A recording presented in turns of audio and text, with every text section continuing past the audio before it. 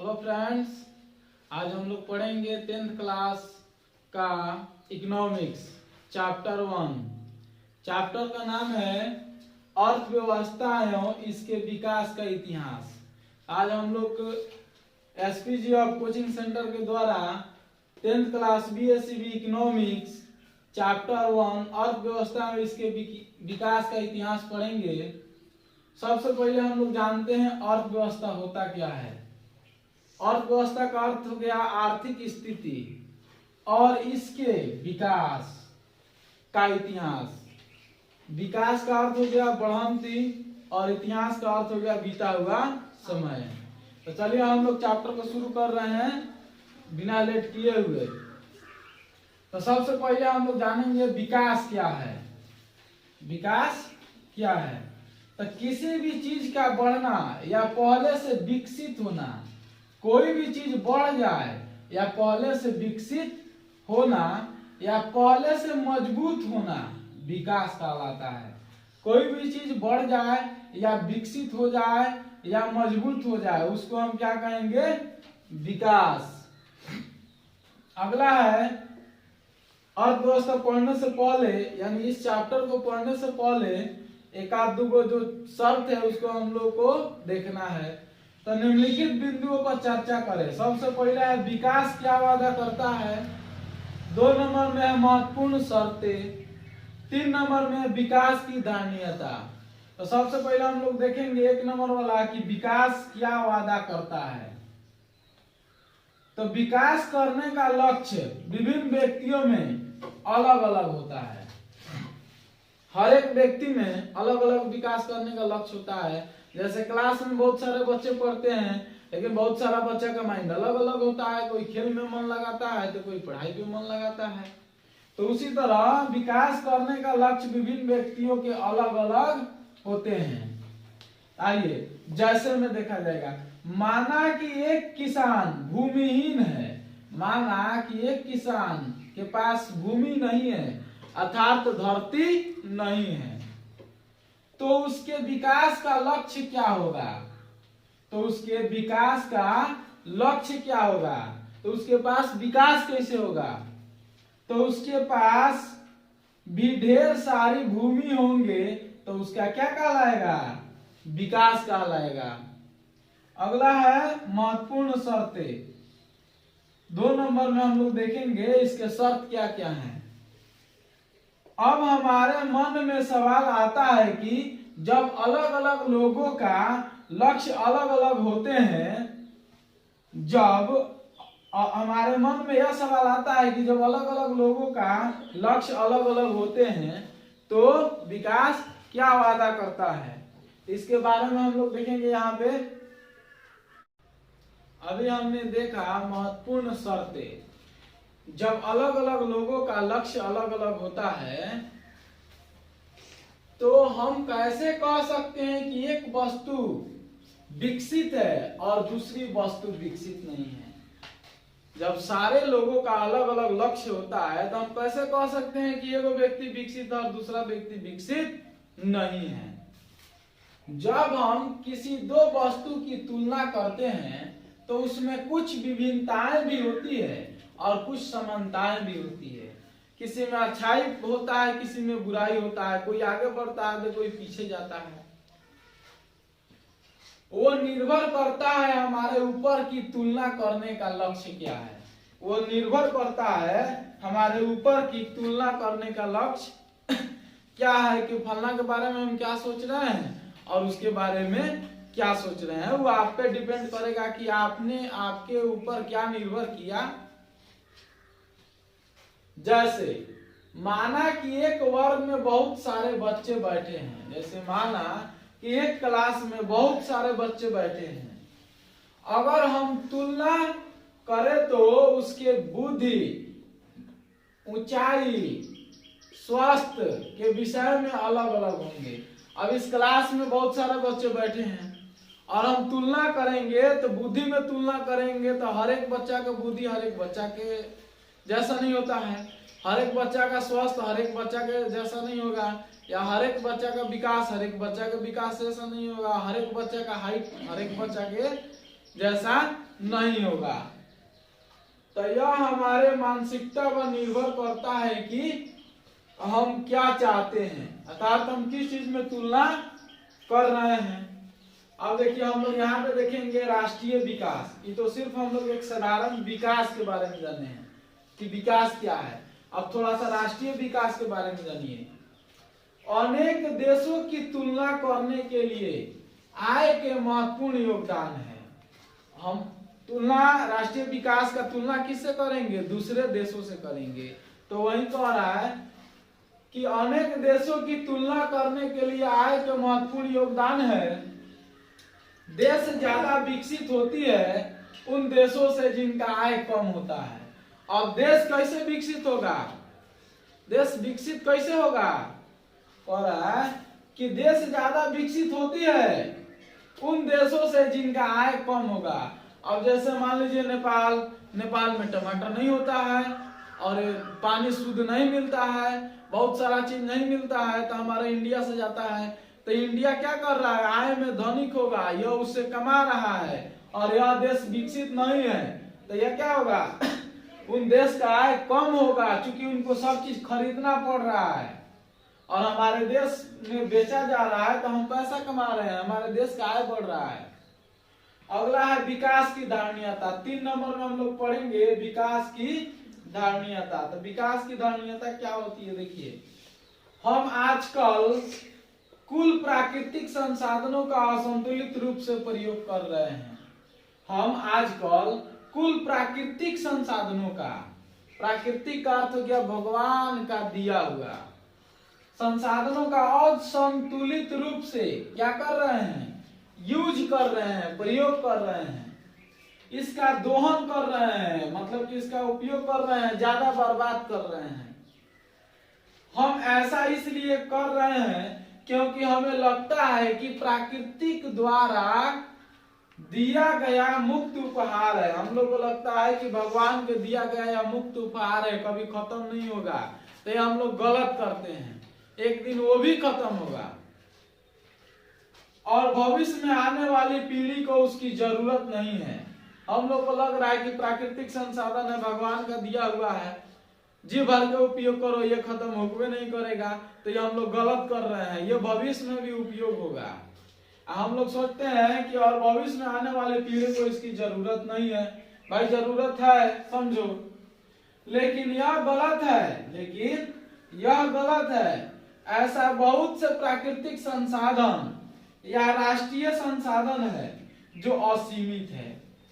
ऐसा बहुत सा प्राकृतिक संसाधन है जो असीमित है, एक बार उपयोग करने के बाद पुनः वह खत्म हो जाएगा। वह राष्ट्रीय संसाधन भी है जो असीमित है, उपयोग करते हैं वह खत्म हो जाएगा, लाखों करोड़ों वर्ष लग जाएंगे उसको उत्पन्न करने में, और एक बार प्रयोग करने पर खत्म हो जाते हैं। जैसे कोयला, पेट्रोल, बहुत कुछ है, डीजल, मिट्टी का तेल, जल, बहुत सारा चीज है। तो इस संसाधन का सीमित पैमाने पर, तो इस संसाधन का सीमित पैमाने पर प्रयोग करना होगा। तो इसका प्रयोग हम लोग को सोच समझ के करना होगा। वर्तमान के समय में भी और भविष्य के लिए भी, जिसे हम वर्तमान के समय में भी और भविष्य के लिए भी हम लोग को बचा के रखना है, जिसे हम विकास की धारणीयता कहते हैं। जिसे हम क्या कहते हैं? विकास की धारणीयता। तभी हम लोगों ने सिर्फ अर्थव्यवस्था में विकास देखा है, अभी अर्थव्यवस्था का चैप्टर शुरू नहीं हुआ है, ये चैप्टर पुनः शुरू होगा। और ध्यान रखिएगा इसका भी 3 गो वीडियो जाएगा। अभी जो आप लोग पढ़ रहे हैं डिटेल पढ़ रहे हैं, अगला जो वीडियो आएगा वो ऑब्जेक्टिव आएगा, उसके अगला जो वीडियो आएगा वो सब्जेक्टिव आएगा, और लास्ट में मास्टरमाइंड वीडियो आएगा जिसमें ऑब्जेक्टिव सब्जेक्टिव सबका एग्जाम होगा। चलिए लाइक करना ना भूले, कमेंट करें और शेयर करें और सब्सक्राइब करें। हम लोगों ने अभी पिछले क्लास में पढ़ा था विकास की धारणीयता। अब हम लोग देखेंगे अर्थव्यवस्था की संरचना एवं ढांचा से आप क्या समझते हैं, अर्थात अर्थव्यवस्था की संरचना का अर्थ ये होता है कि अर्थव्यवस्था को कितने भागों में बांटा गया है। तो आइए अर्थव्यवस्था की संरचना या ढांचे के बारे में हम लोग देखेंगे। अर्थव्यवस्था की संरचना का मतलब विभिन्न उत्पादन क्षेत्रों में इसके विभाजन से है। कहने का अर्थ है कि विभिन्न क्षेत्रों में अलग अलग भागों में अलग अलग जगहों पर अर्थव्यवस्था का ढांचा है, इसको बांटा गया है। इसे 3 भागों में बांटा गया है और इन सब का अलग अलग प्रकार है। अभी हम लोगों ने देखा था इसको बांटा गया, विभाजन किया गया है विभिन्न क्षेत्रों में। तो ये क्या कह रहा है, अर्थव्यवस्था को 3 भागों में बांटा गया है और इन सब का अलग अलग क्या है, प्रकार है। आइए हम लोग समझेंगे भारतीय अर्थव्यवस्था की संरचना। भारतीय अर्थव्यवस्था की संरचना को आप लोगों ने अभी देखा कि 3 भागों में बांटा गया है। तो प्रथम भाग है प्राथमिक क्षेत्र, दूसरा है द्वितीयक क्षेत्र, तीसरा है तृतीयक क्षेत्र। तो प्राथमिक क्षेत्र को 4 भागों में बांटा गया है। एक में है कृषि क्षेत्र, 2 में है पशुपालन, 3 में है वन पालन, 4 में है मछली पालन। प्राथमिक क्षेत्र के अंदर 4 प्रकार की अर्थव्यवस्था आती है, यानी 4 प्रकार की क्या होता है, उत्पादन किया जाता है। सबसे पहले कृषि, 2 नंबर में आता है पशुपालन, और 3 में आता है वन, और 4 में आता है मछली पालन। और द्वितीयक क्षेत्र 2 नंबर में आ जाएगा द्वितीयक क्षेत्र। द्वितीयक क्षेत्र को 3 भागों में बांटा गया है। एक में उद्योग, उद्योग का अर्थ होता है कंपनी, बैठाना, मजदूरों को कमवाना। 2 में आता है निर्माण, कोई भी चीज का निर्माण करना, जैसे हमने कंपनी बैठा दिया और स्वेटर बिनवा रहा है, स्वेटर बिनवाने का अर्थ हो गया नया स्वेटर का निर्माण हो गया।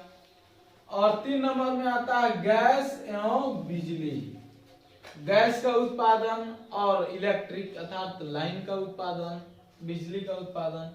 अब उद्योग को 4 भागों में बांटा गया है।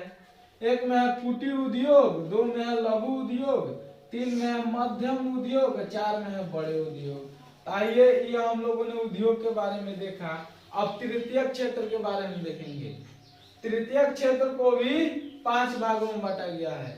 प्रथम है बैंक, तृतीयक क्षेत्र के अंदर आता है बैंक, परिवहन, संचार, व्यापार, अन्य सेवाएं। ये आपका तृतीयक क्षेत्र के अंदर आता है। चलिए आप इसको जल्दी से स्क्रीनशॉट ले लीजिए और आगे देखिए। अभी हम लोगों ने देखा अर्थव्यवस्था की संरचना। अर्थव्यवस्था को 3 भागों में बांटा गया है। एक में है प्राथमिक क्षेत्र, 2 में है द्वितीयक क्षेत्र और 3 में है तृतीयक क्षेत्र। तो आइए हम लोग सबसे पहले देखेंगे कि प्राथमिक क्षेत्र होता क्या है। तो प्राथमिक क्षेत्र को कृषि क्षेत्र कहा जाता है। प्राथमिक क्षेत्र को क्या कहा जाता है, कृषि क्षेत्र। अगर पूछ देगा ऑप्शन में, क्वेश्चन ऑब्जेक्टिव में कि प्राथमिक क्षेत्र इनमें कौन है, ए में दे देगा कृषि क्षेत्र, 2 में दे देगा मॉल क्षेत्र, 3 में दे देगा सेवा क्षेत्र और डी में दे देगा सभी। तो ऑप्शन बी में जरूर रहेगा कृषि क्षेत्र, ध्यान रखिएगा। अगला है इसके अंतर्गत कृषि, पशुपालन, मछली पालन, जंगलों से वस्तुओं को प्राप्त करना प्राथमिक क्षेत्र कहलाता है। पहले बोला गया था ना कि हर एक अलग अलग अर्थव्यवस्था को अलग अलग भागों में बांटा गया है। प्राथमिक क्षेत्र को 4 भागों में बांटा गया है। आपका हो जाएगा प्रथम में कृषि क्षेत्र, 2 में पशुपालन, 3 में है मछली पालन और 4 में वन पालन। ये अर्थव्यवस्था का अलग अलग प्रकार है। तो यही क्वेश्चन आपका ऑब्जेक्टिव हो गया और यही क्वेश्चन सब्जेक्टिव हो गया। सब्जेक्टिव में दे देगा कि प्राथमिक क्षेत्र किसे कहते हैं, ऑब्जेक्टिव में दे देगा कि प्राथमिक क्षेत्र इनमें कौन कौन है। आइए दूसरा हम लोग देखेंगे द्वितीयक क्षेत्र किसे कहते हैं। तो द्वितीयक क्षेत्र को औद्योगिक क्षेत्र कहा जाता है। इसके अंतर्गत खनिज, व्यवसाय, निर्माण कार्य, जनोपयोगी सेवाएं जैसे गैस, बिजली आदि के उत्पादन होते हैं। इसे हम द्वितीयक क्षेत्र कहते हैं। द्वितीयक क्षेत्र में क्या क्या चीज उत्पादन होता है, गैस और बिजली। तृतीयक क्षेत्र किसे कहते हैं, तो तृतीयक क्षेत्र को सेवा क्षेत्र कहते हैं। तृतीयक क्षेत्र को सेवा क्षेत्र भी कहते हैं। इसके अंतर्गत बैंक एवं बीमा, परिवहन, संचार एवं व्यापार आदि क्रियाएं सम्मिलित है। तृतीय क्षेत्र को सेवा क्षेत्र कहते हैं और द्वितीय क्षेत्र को औद्योगिक क्षेत्र कहते हैं, प्राथमिक क्षेत्र को कृषि क्षेत्र कहते हैं। ये तीनों क्वेश्चन VVI है 2023 के लिए, ध्यान रखिएगा, ये क्वेश्चन आएगा ही आएगा। अगला है अर्थव्यवस्था कितने प्रकार के होते हैं। यहाँ पे कह देगा कि अर्थव्यवस्था कितने प्रकार के होते हैं। तो हम लोगों ने संरचना पढ़ा था, अर्थव्यवस्था की संरचना, उनका बनावट पढ़ा था और किसको क्या भागों में बांटा गया है। अब हम लोग पढ़ेंगे अर्थव्यवस्था कितने प्रकार के होते हैं। तो पूरे विश्व यानी संसार में 3 प्रकार की अर्थव्यवस्था पाई जाती है। पूरे विश्व में यानी पूरे संसार में 3 प्रकार की अर्थव्यवस्था पाई जाती है। प्रथम है पूंजीवादी अर्थव्यवस्था, दूसरा है समाजवादी अर्थव्यवस्था और तीसरा है मिश्रित अर्थव्यवस्था। आइए हम लोग पहला देखेंगे कि पूंजीवादी अर्थव्यवस्था क्या है। पूंजीवादी अर्थव्यवस्था वह अर्थव्यवस्था है जहां उत्पादनों के साधनों का स्वामित्व निजी व्यक्तियों के पास होता है, उसे पूंजीवादी अर्थव्यवस्था कहते हैं। इसका अर्थ यह हुआ कि कोई भी व्यक्ति अपना निजी उत्पादन करता है और बेचता है, उसे पूंजीवादी अर्थव्यवस्था कहते हैं। जैसे किसान खेती करता है, अन्न को उपजाता है, तो वह स्वयं उपजाता है, स्वयं उसका उत्पादन करता है और वह स्वयं ही बेचता है, उसे हम पूंजीवादी अर्थव्यवस्था कहेंगे। अगला है 2 नंबर में समाजवादी अर्थव्यवस्था क्या है।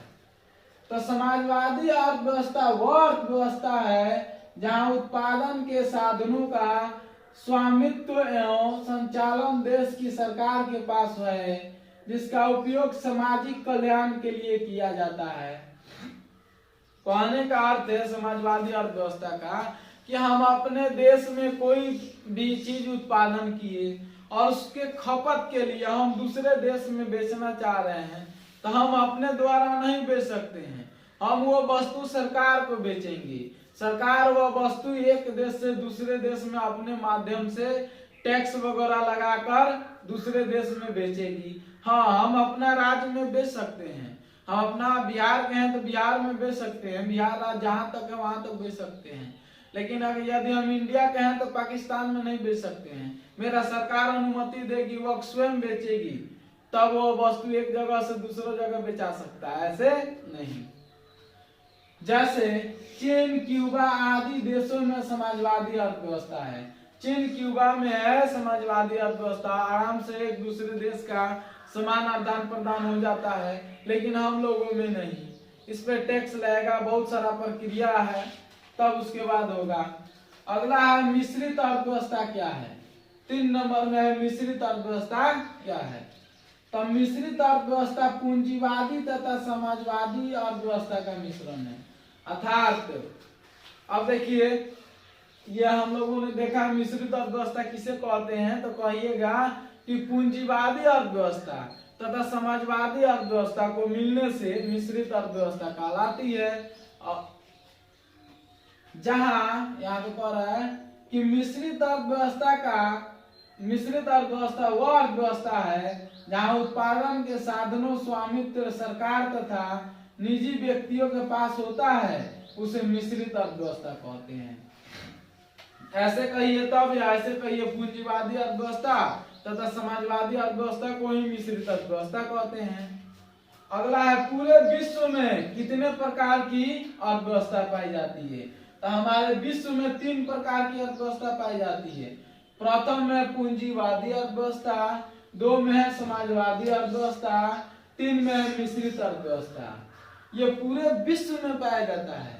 अब अगला है भारत में कौन सी अर्थव्यवस्था पाई जाती है, अर्थात हमारे इंडिया गवर्नमेंट सरकार में कौन सी अर्थव्यवस्था पाई जाती है। तो मिश्रित अर्थव्यवस्था पाई जाती है। यदि क्वेश्चन इसमें आप लोगों को कह देगा, इसमें VVI क्वेश्चन है प्राथमिक क्षेत्र किसे कहते हैं, तो कृषि क्षेत्र को ही प्राथमिक क्षेत्र कहते हैं। या ऑब्जेक्टिव में यही पूछेगा, सब्जेक्टिव में यही पूछेगा। 2 नंबर में द्वितीय क्षेत्र किसे कहते हैं, तो औद्योगिक क्षेत्र को ही द्वितीय क्षेत्र कहते हैं, याद रखिएगा। तृतीय क्षेत्र किसे कहते हैं, तो सेवा क्षेत्र को तृतीय क्षेत्र कहते हैं। और कह देगा कि अर्थव्यवस्था कितने प्रकार की होती है, तो 3, पूंजीवादी अर्थव्यवस्था, 2 नंबर में समाजवादी अर्थव्यवस्था, 3 में है मिश्रित अर्थव्यवस्था। ध्यान रखिए।